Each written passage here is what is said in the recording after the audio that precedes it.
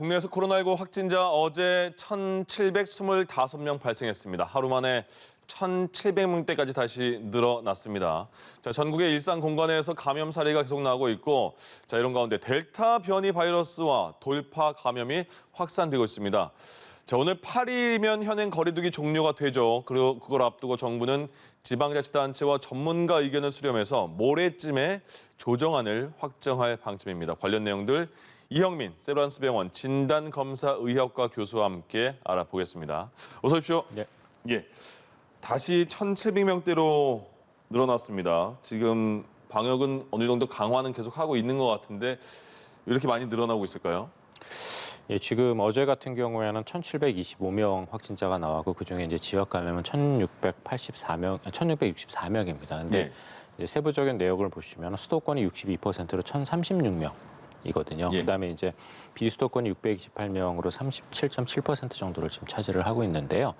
지금 현황을 보시면은 약간 수도권과 비수도권이 좀 다릅니다. 이제 어떻게 다르냐 하면은 수도권 같은 경우에는 서울이 479명, 경기가 474명인데 이게 한참 많이 나왔었던 7월 중순에 비해서는 약간씩은 떨어진 상황이 맞습니다. 네. 특히 이제 서울 같은 경우에 가장 많이 나왔을 때가 7월 13일 날 638명이 나왔는데, 그러니까 이게 이제 2주 전 그 화요일 날 나온 수치거든요. 근데 예.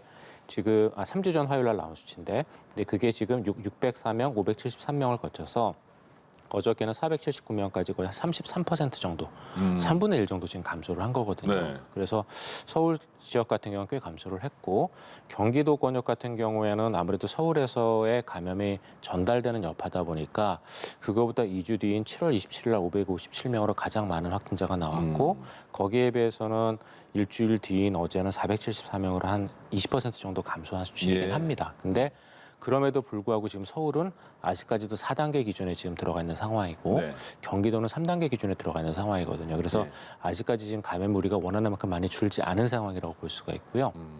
그다음에 그런 반면에 비수도권 같은 경우에는 서울, 경기 지역, 즉 수도권의 감염이 계속 전파가 되면서 지역사회 감염이 일부 일어나는 상황이다 보니까 예. 지금 현재 감염이 서서히 올라가거나 아니면 진행되고 있는 상황이라고 보시면 될 것 같습니다. 지금 수도권 거리두기 4단계, 새로운 4단계가 2주 시작하자고 했는데 다시 또 2주간 연장이 돼서 지금 4주째 진행이 되는 거잖아요, 이번 주가. 얼마나 더 이렇게 확진자가 나오지 않아야지 단계 낮출 수 있는가. 왜냐하면 우리나라 국민 84%가 설문조사했더니 수도권 거리두기 4단계 연장에 찬성을 한대요. 굉장히 힘들 줄 알았는데 그래도 연장 조금 더 하고 확실히 잡자 이런 생각일 것 같은데 언제쯤 그게 가능할까요?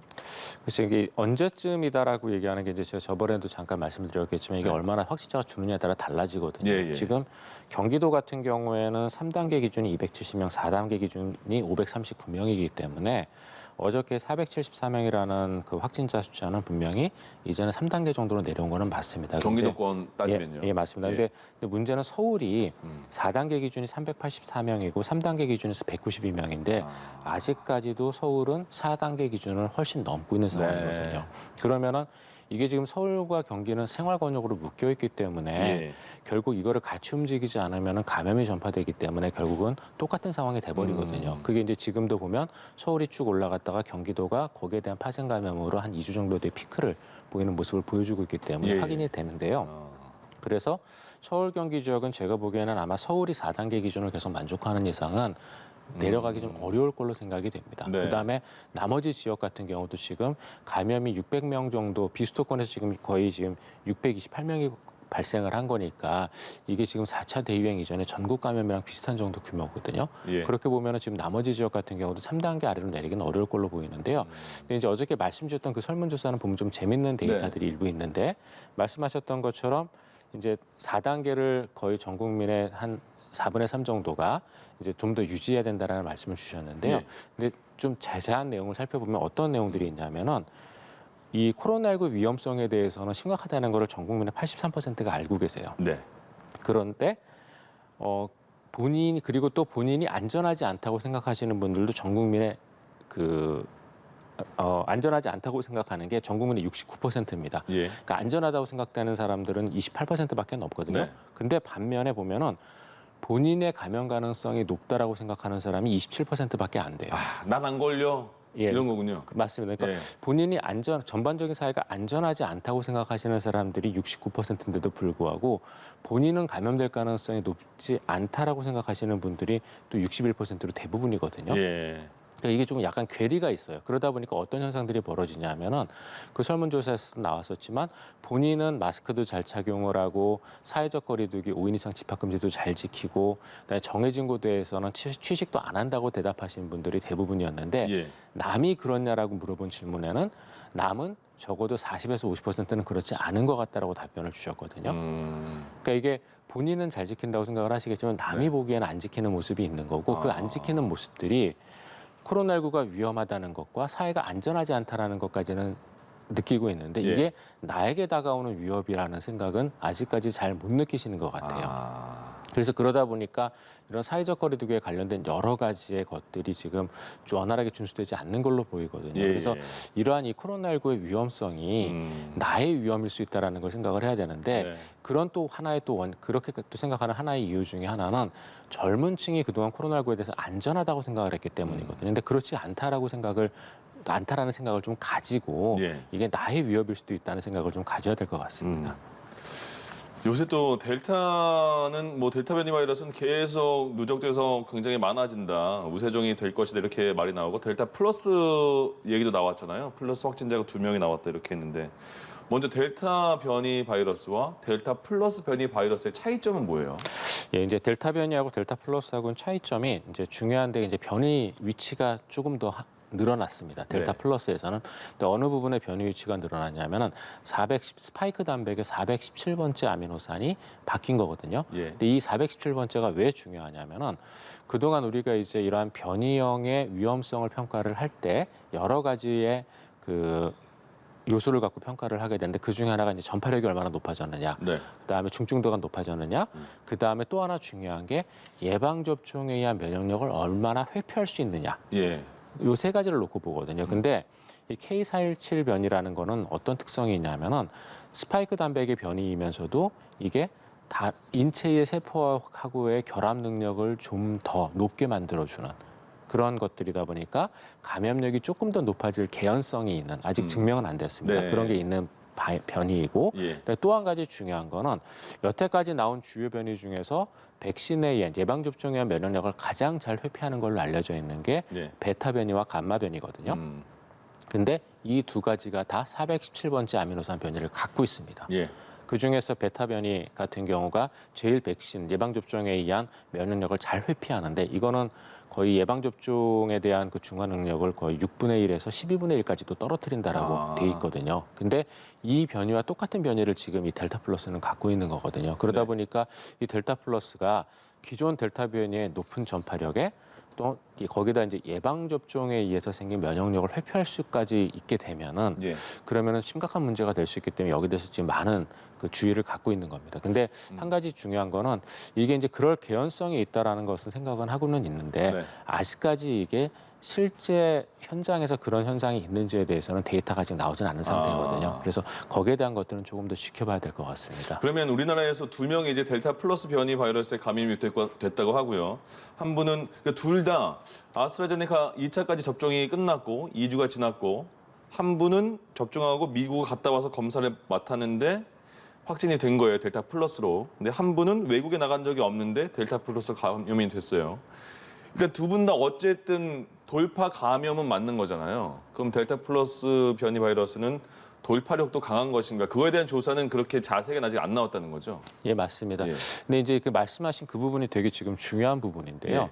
왜냐하면 이 새롭게 나오는 변이형들은 분명히 기존의 예방 접종에서 생긴 면역력을 회피하는 형식으로 나올 거거든요. 네. 그러면은 예방 접종을 한 사람이라 하더라도 분명히 돌파 감염의 여지가 높아질 가능성이 높습니다. 예. 그래서 이런 해외 예방접종 완료자에 대해서 해외에서 입국하는 사람들에 대한 어떤 그 자가격리 면제라든가 예. 이런 것들이 결국은 새로운 변이형의 유입을 허용할 수밖에는 없게 되거든요. 그래서 그런 측면에서 굉장히 이런 그 해외 유입 바이러스에 대한 주의는 필요한 상황인데, 근데 지금 현재 어떤 식으로 여기에 대한 그 자가격리 면제가 이루어지고 있냐면은 이미 알려져 있는 변이형이 많은 국가에 대해서만 지금 자가격리를 하고 있고, 네. 그런 데가 없다고 생각되는, 보고가 없다고 생각되는 데들은 지금 안 하고 있거든요. 근데 문제는 이 변이형에 대한 조사는 모든 국가가 다 동일한 정도로 하고 있지가 않습니다. 예. 못하는 국가도 있고, 그다음에 보고가 안 되는 국가도 있거든요. 네. 그러면은 우리가 모르는 국가에서 이 델타 플러스가 퍼져 있을 가능성도 우리는 배제할 수 없는 상황이거든요. 예. 그러면 그런 상황에서 예방 접종에 의한 어떤 돌파 감염이 가능할 수 있는, 좀 더 가능성이 높아지는 변이형들이 유입될 가능성은 계속 남아 있기 때문에 해외에서의 이러한 변이 바이러스의 유입에 대해서는 저희가 조금 더 신경을 써야 될 걸로 보입니다. 자, 일단 계속해서 돌파 감염이라는 용어가 요새 많이 나오고 있습니다. 그래서 보면 우리나라에서 요양병원 시설에서 돌파 감염 사례 2건이 있었다고 하고요. 거기서 화이자 백신을 맞은 80대 여성은 뭐 사망을 했다 이런 얘기도 나왔는데, 돌파 감염은 그러면 왜 이렇게 계속적으로 일어나는 거죠? 좀 그 수도 많아지는 것 같은데. 돌파 감염이 일어나는 이유는 이제 몇 가지가 있는데요. 예.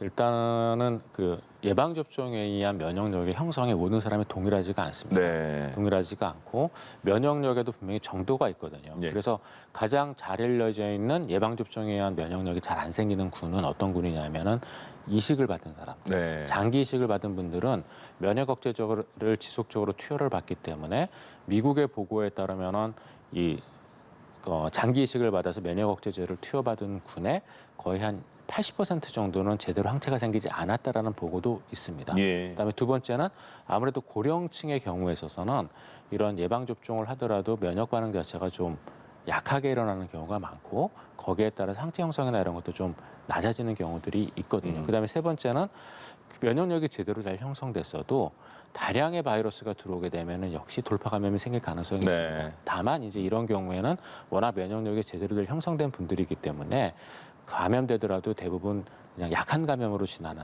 그런 네. 경우들이 많거든요.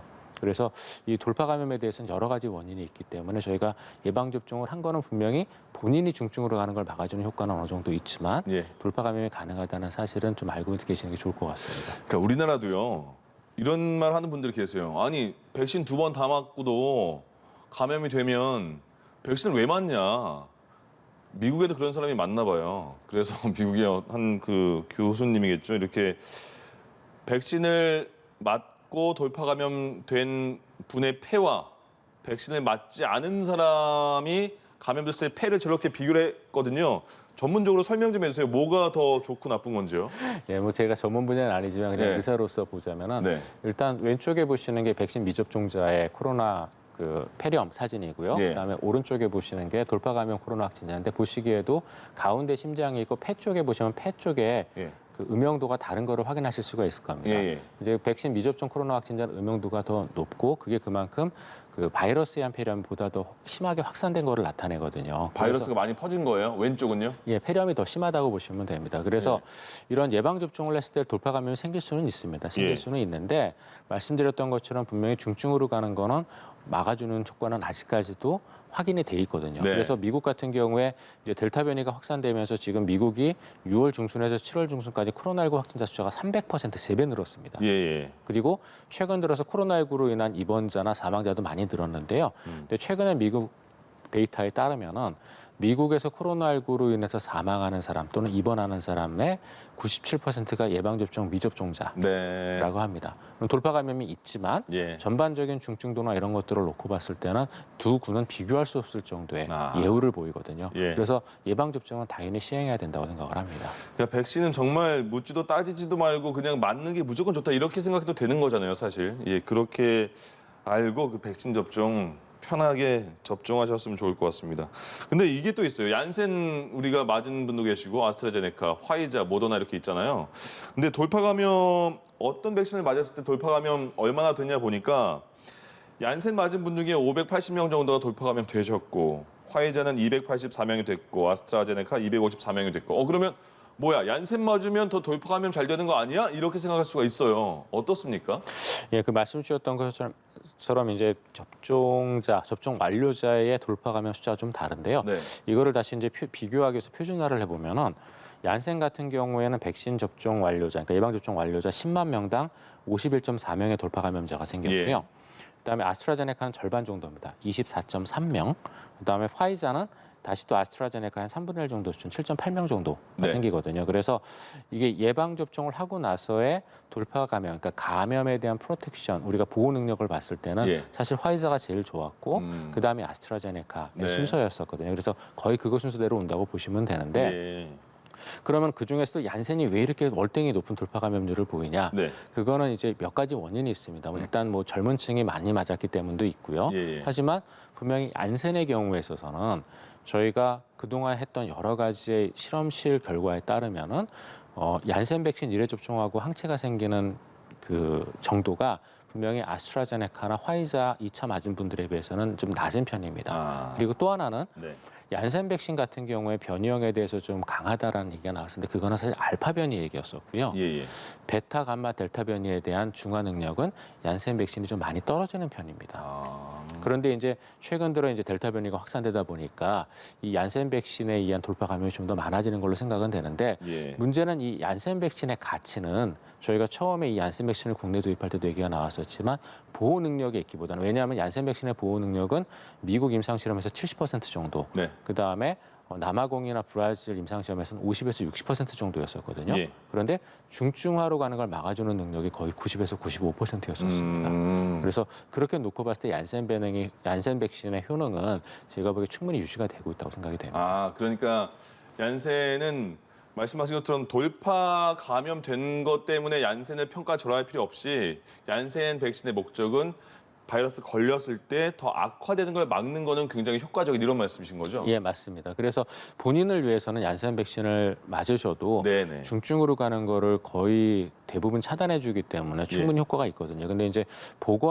국민 보건적인 입장에서라면은 얀센 백신의 돌파하면 약간 문제가 될 수 있어서 그래서 이제 해외 쪽에서 얀센 백신 접종자에 대한 부스터 얘기들이 좀 나오고 있거든요. 예. 아마 우리나라도 그 얘기가 곧 진행이 될 것 같은데요. 예. 그건 좀 기다려 보셔야 될 것 같습니다. 예, 알겠습니다. 그럼 오늘 말씀 여기까지 듣겠습니다. 자, 지금까지 이형민 세브란스 병원 진단검사의학과 교수와 함께했습니다. 고맙습니다. 예.